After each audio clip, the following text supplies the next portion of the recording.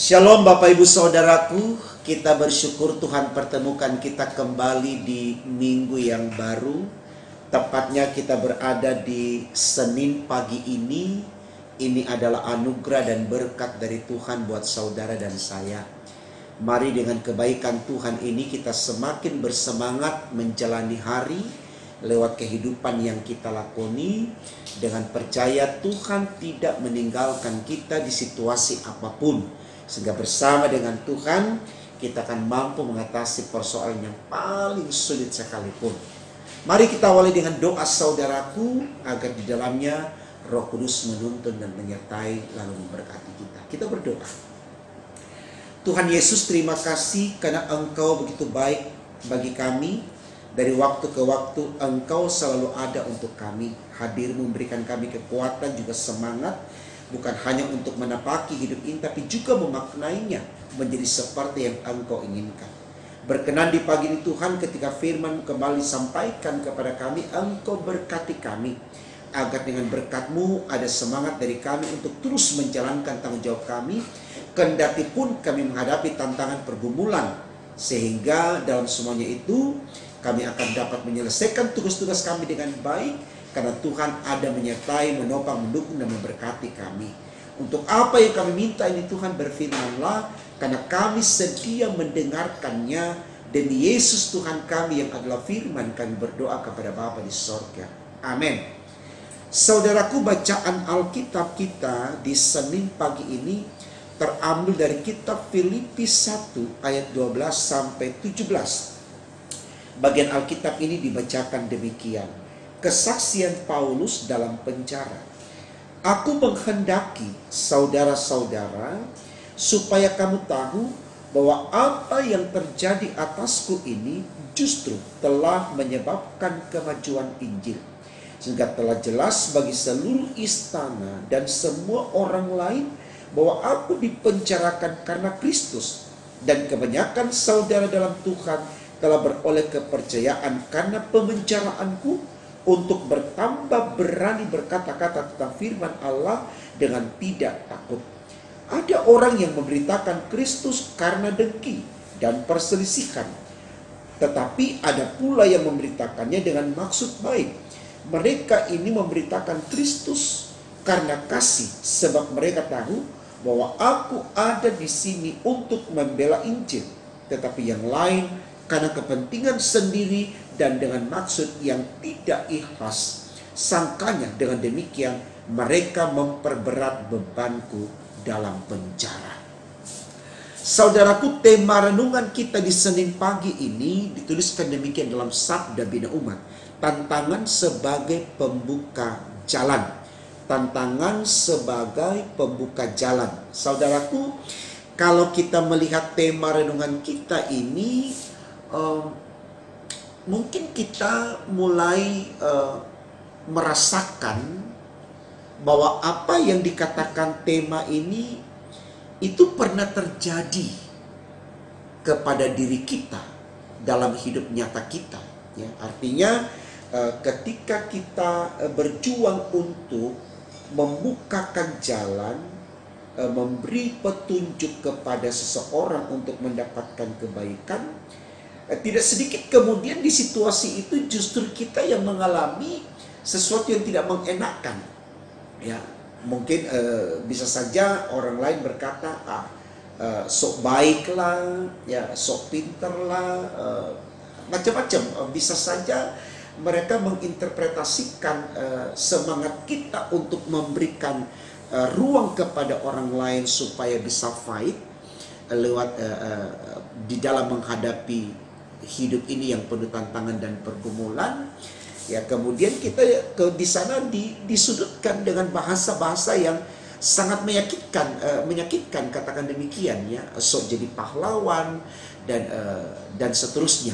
Jadi memang kerap kali di situasi ini saudaraku tidak mengenakan bagi kita. Tetapi mari kemudian kita telaah ini supaya ini tidak menjadikan kita ciut lalu mundur dari sikap perjuangan kita untuk membukakan jalan bagi orang atau memberi ruang bagi orang untuk bisa mengalami damai sejahtera. Tidak, kita tidak kemudian karena cercaan itu lalu menjadi orang yang labil, orang yang pesimis, orang yang suam-suam kukuh, katakan demikian. Tidak, tapi justru ini semakin menjadi pemicu semangat bagi kita untuk lebih lagi mengoptimalkan, lebih lagi melahirkan karya-karya yang lebih besar untuk kemudian orang lain bisa melihat bahwa ternyata memang semangat yang kita bangun itu bukan untuk kita, tapi untuk orang lain, untuk kebersamaan, dan tentunya untuk kemuliaan nama Tuhan. Ya, kenapa saya katakan begini saudaraku? Karena tidak sedikit kemudian orang hanya karena dikatakan sok pahlawan, sok baik dan seterusnya, lalu ya udah deh kalau begitu saya mendingan mundur aja. Jangan. Sepanjang itu betul niatnya untuk memberi ruang kepada orang lain bisa mengalami damai sejahtera, mengalami keberuntungan, mengalami perubahan hidup dari yang teraniaya menjadi nyaman dan seterusnya, why not? Kenapa tidak? Lakukan. Ya, karena memang itu yang Tuhan inginkan saudaraku. Kita menjadi pejuang untuk sesama kita yang membutuhkan. Karena di satu situasi lain lagi nanti mungkin kita yang membutuhkan orang lain membukakan jalan bagi kita. Nah, apakah kemudian ketika orang yang membantu kita mendapatkan hujatan seperti itu, lalu dia mundur, lalu kita katakan saya mendukung engkau untuk mundur? Tentu tidak, karena harapan kita adalah kita selalu bisa mendapatkan kesempatan yang lebih baik dari situasi yang terjadi dalam hidup kita saat ini. Ya. Nah, ini yang mau diungkapkan oleh Paulus saudaraku. Tertulis dalam tema kita, tantangan sebagai pembuka jalan. Paulus mau katakan bahwa walaupun aku menghadapi tantangan yang luar biasa, karena aku bukakan jalan bagi orang-orang di Filipi pada waktu itu untuk menerima Tuhan, tidak apa-apa. Ya. Bahkan dikatakan walaupun saya dipenjara tidak jadi masalah. Ya. Keterpenjaraanku tidak dijadikan alasan bagi Paulus untuk mundur, untuk merasa kalah dan tidak berdaya, tidak. Tapi bagaimana keterpenjaraan itu dia semakin menyemangati orang yang dia beritakan Injil. Ayo fight, ayo eksis, ayo tunjukkan komunitasmu sebagai sesuatu yang hidup, tidak statis tapi dinamis, gitu ya. Nah, ini yang mau disampaikan ya. Coba kita lihat dalam ayat 12 sampai ayat 14, kita dengarkan bacaan ini saudaraku. Aku menghendaki saudara-saudara supaya kamu tahu. Jadi Paulus ingin supaya mereka tahu bahwa apa yang terjadi atasku ya, ini justru telah menyebabkan kemajuan Injil. Jadi Paulus mau mengatakan kepada orang-orang di Filipi, tentu juga kepada saya dan saudara dan seluruh warga gereja dimanapun berada, ya, bahwa hal yang dia hadapi dalam memberitakan Injil sampai dipenjarakan, justru itu menjadi satu energi positif baginya dan orang lain. Harapannya begitu untuk semakin kuat, ya, untuk semakin semangat menjalankan misi pelayanan itu, ya. Karena ini senada dengan apa dikatakan firman Allah, semakin engkau ditekan, semakin engkau merambat. Jadi tekanan itu tidak menghentikan langkah kita, tapi semakin kita bergerak ke depan, semakin dinamis. Ya, kita punya misi, ya, misioner. Kita menjadi gereja misioner, gereja yang bergerak ke depan, mencapai tujuan akhir kita. Kenapa? Karena kita disertai Tuhan. Firman Tuhan sudah katakan saudaraku, jika engkau di pihakku tidak akan ada lawanmu. Kenapa kita begitu takut? Maju, ya. Maju laskar Kristus, lawan kuasa gelap itu, ya. Ini harus kita demonstrasikan secara total di dalam dinamika hidup kita, ya.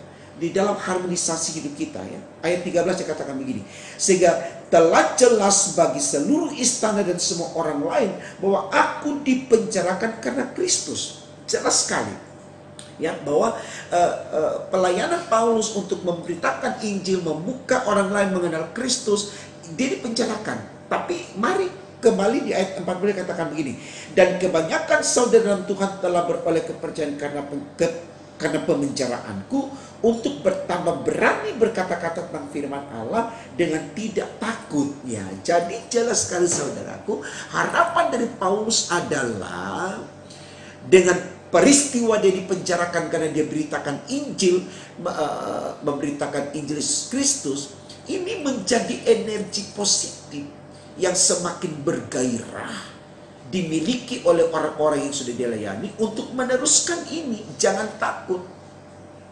Karena berhenti pun, ya, Tuhan punya cara lain untuk memakai orang lain menyatakan kuasanya.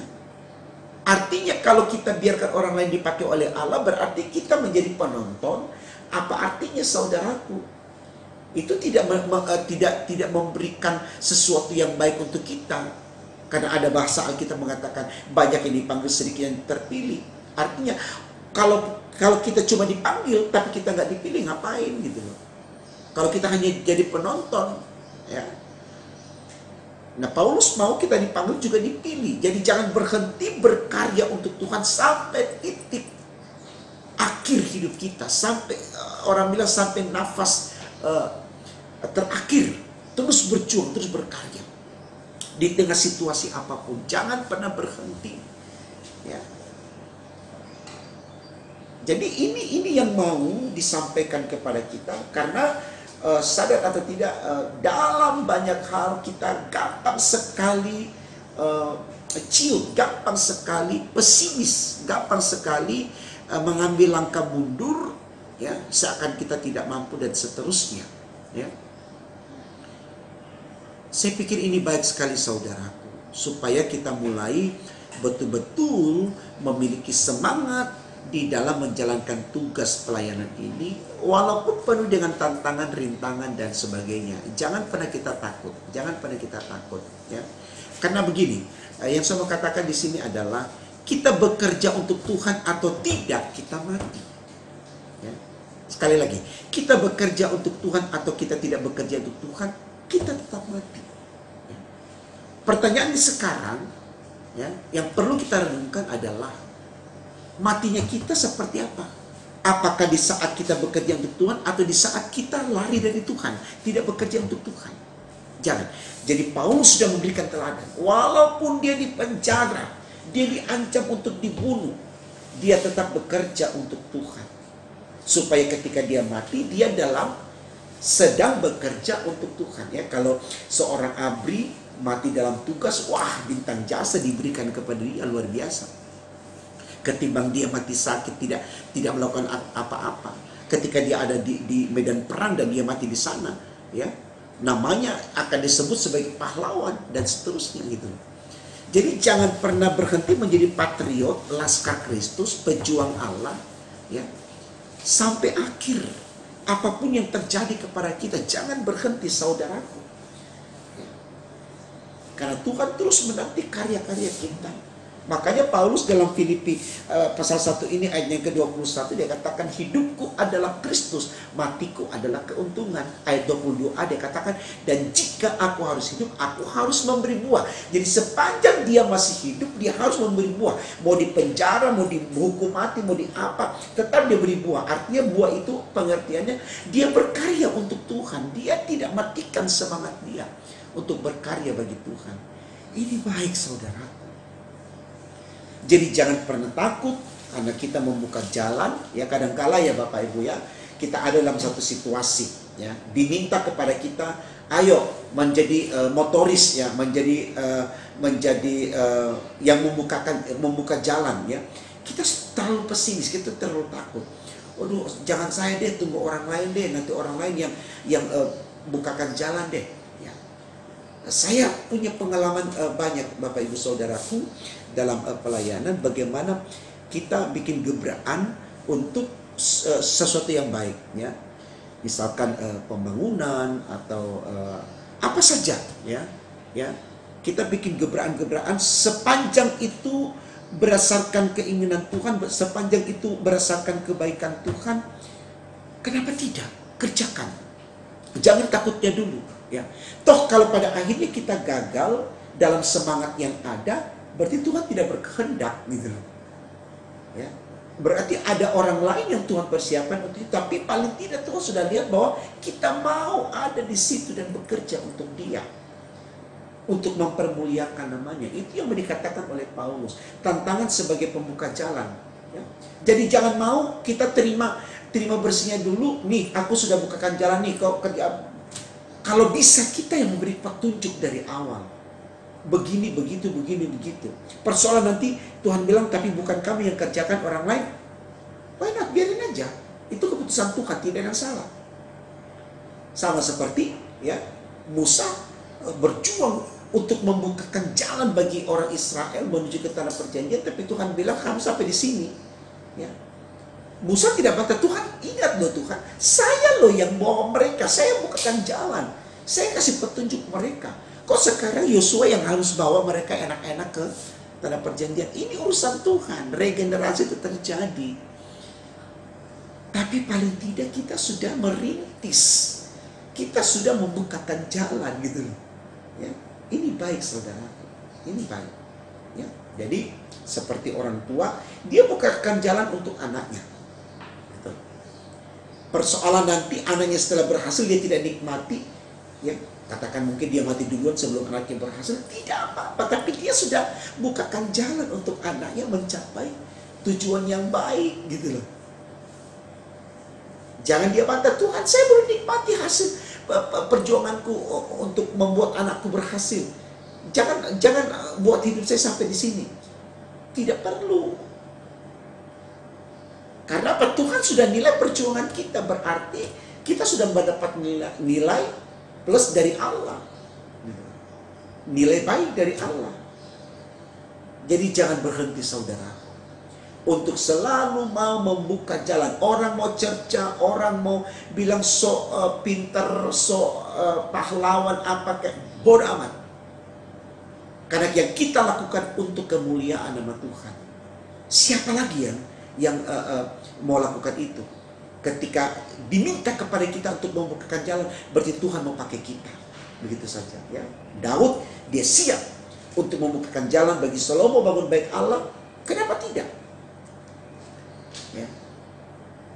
Itu sudah baik baginya. Walaupun bukan dia yang kerjakan, bukan dia menikmati pada waktu dihabiskan dan seterusnya. Ya. Biarkan saja. Yang penting kita sudah merintis, kita sudah membuka jalan, dan kita sudah melakukan apa yang menjadi tanggung jawab kita. Jadi semangat saudaraku, semangat dan semangat, lakukan sepanjang itu ditugaskan kepada kita. Jangan pada takut. Ya. Walaupun kemudian bukan kita yang menerima hasilnya, tapi orang lain, tidak menjadi masalah. Kita sendiri sudah pasti akan menerima hasilnya, yaitu dibawa dalam kehidupan yang kekal. Selamat berjuang untuk itu, terus semangat melakukan yang terbaik untuk Tuhan, karena Tuhan terus menantikan karya-karya kita, baik sepanjang minggu ini maupun di kehidupan yang akan datang. Tuhan memberkati firman-Nya, amin. Mari kita berdoa. Terima kasih Tuhan untuk semua kebaikan-Mu. Kami percaya apa yang kami renungkan di pagi ini akan menjadi semangat bagi kami untuk mengerti bahwa kami tidak harus berhenti untuk berkarya bagi-Mu hanya karena situasi yang kami hadapi. Kalau tidak di tempat ini, pasti di tempat yang lain Tuhan akan giring kami dengan cara Tuhan, sehingga kami akan selalu menjadi laskar Kristus di tengah kehidupan kami demi untuk kemuliaan nama-Mu. Terima kasih Tuhan, semangati kami terus dengan firman-Mu, agar kami tidak pernah berhenti untuk berbuat baik. Walaupun kami dicerca, dihina, di tengah tantangan dan sebagainya, kami tetap fight karena kami tahu Tuhan pembela kami, Tuhan penopang, penolong, dan penyemangat kami. Terima kasih Tuhan, ampunkan dosa-dosa kami, dengarkan doa kami dalam nama Tuhan Yesus, kami berdoa dan mengucap syukur kepada Bapa di sorga. Immanuel, haleluya. Amin.